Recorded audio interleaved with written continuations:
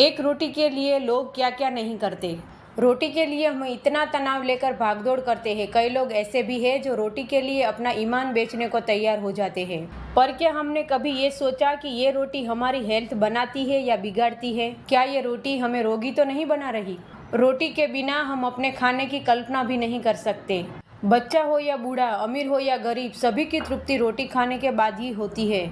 हमारी भूख मिटाने वाली रोटी साहित्य, कविताओं से लेकर फिल्मों तक में अपना रोल अदा करती रही है। रोटी में काफी मात्रा में कैल्शियम और प्रोटीन भी पाया जाता है, जो हमारी हड्डियों को मजबूत करता है। कहा जाता है कि फाइबर से भरपूर रोटी खाने में हल्की होती है और हमारे पाचन को दुरुस्त रखती है।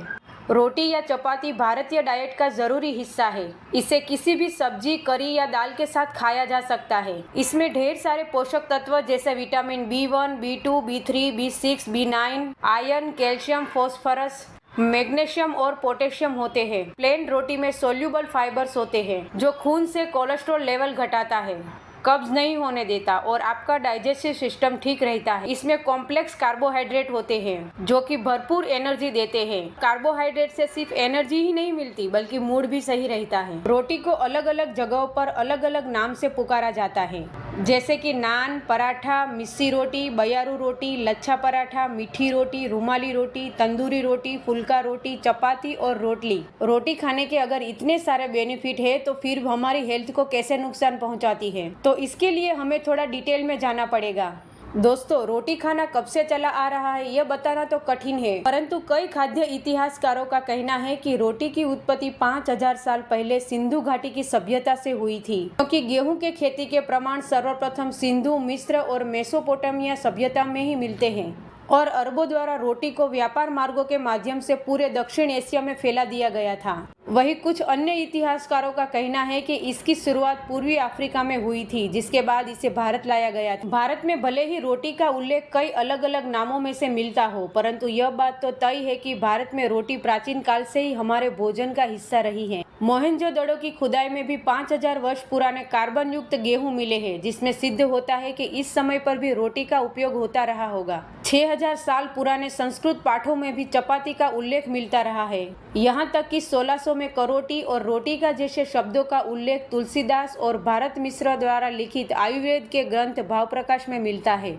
कहा जाता है कि 16वीं शताब्दी में रोटी सम्राट अकबर की पसंदीदा थी। इसका जिक्र आईने अकबरी में भी मिलता है, जिसकी रचना अकबर के ही एक नवरत्न दरबारी अबुल फजल इब्न मुबारक ने की थी। अकबर को गेहूं की रोटी इतनी ज्यादा पसंद थी कि वो घी और चीनी के साथ इसे खाते थे। चपाती 1857 के प्रथम स्वतंत्रता युद्ध के दौरान अंग्रेजों के बीच भी बहुत लोकप्रिय हो गई थी। यहाँ तक कि सैनिकों के डाइनिंग हॉल में भी सैनिकों को रोटियां खाने को दी जाती थी और देखते ही देखते अमेरिका और ब्रिटेन में भी फेमस हो गई थी। ये रोटी प्राचीन समय से वर्तमान तक पहुंची, जिसका रंग, रूप, समय और स्थान के साथ बदलता गया। तो आइए अब जानते हैं कि रोटी खाने से क्या नुकसान होते हैं। भारत में अक्सर फुल्का रोटी खाई जाती है। रोटी 2 मिनट में पककर फूल जाती है। अगर इस 2 मिनट वाली रोटी में स्टार्च, कार्बोहाइड्रेट का शर्करा में रूपांतरण नहीं होता। फुल्का रोटी जब हम बनाते हैं तब ये करीब 50% के आसपास ही पकता है और बाकी का स्टार्च कच्चा रह जाता है। जब हम फुल्का रोटी बनाते हैं तो वो फूल जाती है। दरअसल रोटी के फूलने की वजह कार्बन डाइऑक्साइड गैस है।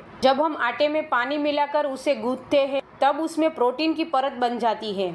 इस लचीली परत को ग्लूटेन कहा जाता है। ग्लूटेन एक तरह का प्रोटीन होता है। ये गेहूं, जौ और राई जैसे अनाज में पाया जाता है। ये प्रोटीन फूड को अपना शेप बनाए रखने में मदद करता है। अनाज, ब्रेड और पास्ता में ग्लूटेन होता है। गेहूं के आटे में ग्लूटेन होने की वजह से पेट में दर्द, एनीमिया, चिंता में रहना, पेट में सूजन या गैस, सिर दर्द, जोड़ों का दर्द होता है। हेल्थ एक्सपर्ट कहते हैं कि अगर आप सीलिएक रोग से पीड़ित है तो ग्लूटेन का सेवन आपको कई तरह से नुकसान पहुंचा सकता है। सीलिएक रोग का कोई इलाज नहीं है। सीलिएक रोग में आंतों में छोटे छोटे सुराख बन जाते हैं और ये बहुत मुश्किल से दिख पाते हैं। सीलिएक रोग में सिर्फ ग्लूटेन वाले फूड को अवॉइड करके इसे कंट्रोल में रख सकते हैं। भारत में हर 140 व्यक्तियों में से एक को सीलिएक रोग होने का अनुमान है। सीलिएक रोग वो रोग है जिससे साबुत अनाज का पाचन अच्छे से नहीं हो पाता और एलर्जी हो जाती है।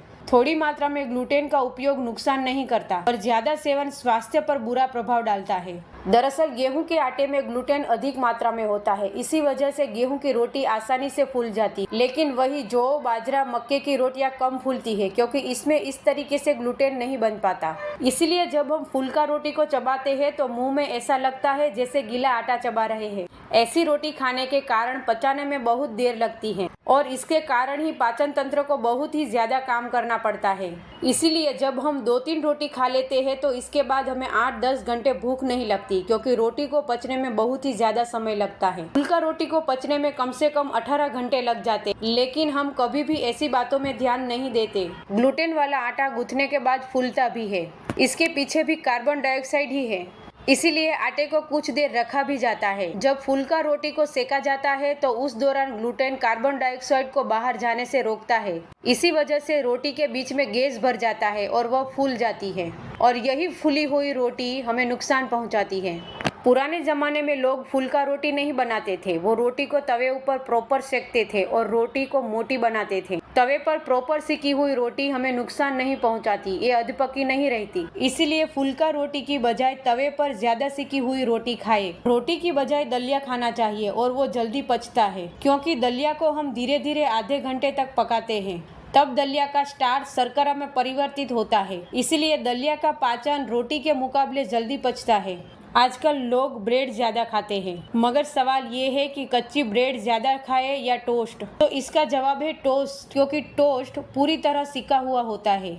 ब्रेड में काफ़ी ज़्यादा अधपका स्टार्च होने के कारण पेट में काफ़ी देर तक, यहाँ तक कि 2-3 महीनों तक पेट में पड़ा रहता है और सड़ता रहता है, जबकि सिका हुआ टोस्ट खाने से ऐसी समस्या नहीं होती। ब्रेड के साथ मक्खन, फलों का जाम या चीनी लगा के नहीं खाना चाहिए, क्योंकि पाचन के नियम के अनुसार फलों की शर्करा दूसरी चीज़ों के स्टार्च के साथ हमेशा सड़ती है, पचती नहीं। ब्रेड के साथ चीज़ या पनीर खा लिया है तो अपच, सड़न, एसिडिटी और गैस की समस्या बढ़ जाती है। ब्रेड और अंडे, ब्रेड और दूध भी पेट में गलत मेल के कारण भयंकर तरीके से पेट में सड़ते हैं। दरअसल ब्रेड मैदा से बनता है और मैदा आटे से ही बनाया जाता है, लेकिन मैदा को बनाने के तरीके से आटे के सभी गुण नष्ट हो जाते हैं और लास्ट में यह एक एसिडिक बन जाता है। मैदा का सेवन करने से हमारी हड्डियां तेजी से कमजोर होती है, क्योंकि मैदा हड्डियों से कैल्शियम कम करता है। मैदा और कुछ नहीं बल्कि प्रोसेस्ड और पॉलिश्ड गेहूं होता है। इसे आगे बेंजोइल पेरोक्साइड के साथ ब्लीच किया जाता है, जो आटे को एक क्लीन व्हाइट कलर और चिकनी बनावट देता है। इस मैदा को रूटीन में खाने से कई बीमारी जैसे कि IBS, constipation, digestive problem, triglyceride, cholesterol का रिस्क बढ़ जाता है। इसलिए कच्ची ब्रेड को खाना हमारी सेहत के लिए नुकसान कारक है। इनमें से सबसे खतरनाक रोटी पंजाब की तंदूरी रोटी मानी जाती है। इसे तंदूर में बनाई जाती है। फुल्का रोटी की तरह ही इस रोटी का स्टार्च भी अधपका रह जाता है। तंदूरी रोटी पकने के ठीक 15-20 मिनट के बाद ये रोटी इतनी सख्त हो जाती है कि इसे खींचकर तोड़नी पड़ती है। ऐसी रोटी तो दांत भी नहीं तोड़ सकती, तो पेट के अंदर जाकर क्या ऐसी रोटी को तोड़ पाएगी? क्या ऐसी रोटी खाने योग्य है? तंदूरी रोटी को खाने से दिल का खतरा बढ़ जाता है। तंदूरी रोटी को बनाने में मैदे का इस्तेमाल किया जाता है। तंदूरी रोटी में 110 से 150 तक कैलोरी होती है। इससे शरीर में ग्लाइसेमिक इंडेक्स बढ़ जाता है, जिससे डायबिटीज की संभावना बढ़ जाती है। और फिर तंदूरी रोटी को तंदूर में बनाई जाती है। रिसर्च में कहा गया है कि कोयले, लकड़ी या चारकोल में बनाए हुए खाने से एयर पोल्यूशन तो फैलता ही है, साथ ही हार्ट प्रॉब्लम्स का खतरा भी बढ़ जाता है।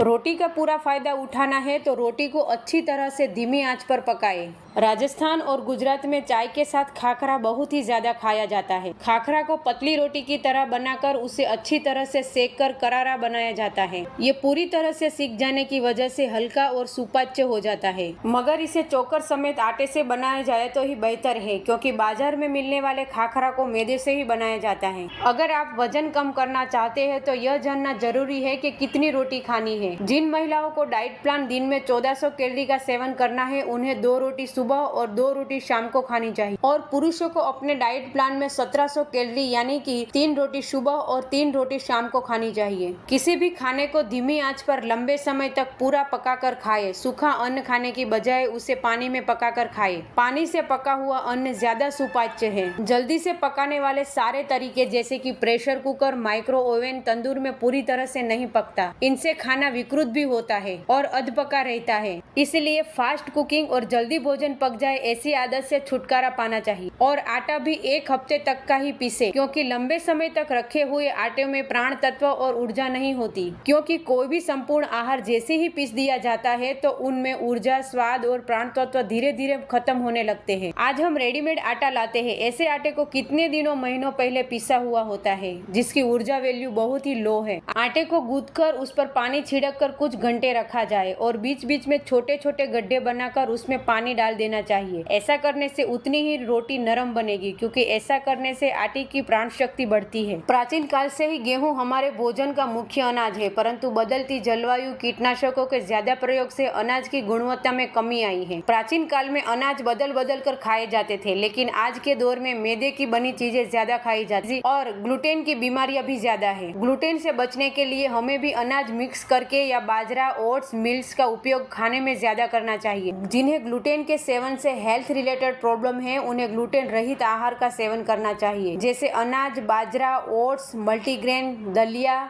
फल, सब्जियां, बीन्स, ब्राउन राइस, कुट्टू का आटा, सूखे मेवे, दही, लो फैट दूध, बीज, अंडा, चिकन, मछली, इन सभी का नियमित सेवन करें। और हमेशा तवे पर सिकी हुई रोटी खाएं, फुल्का रोटी नहीं। फुल्का रोटी हमारी हेल्थ के लिए नुकसानदायी है।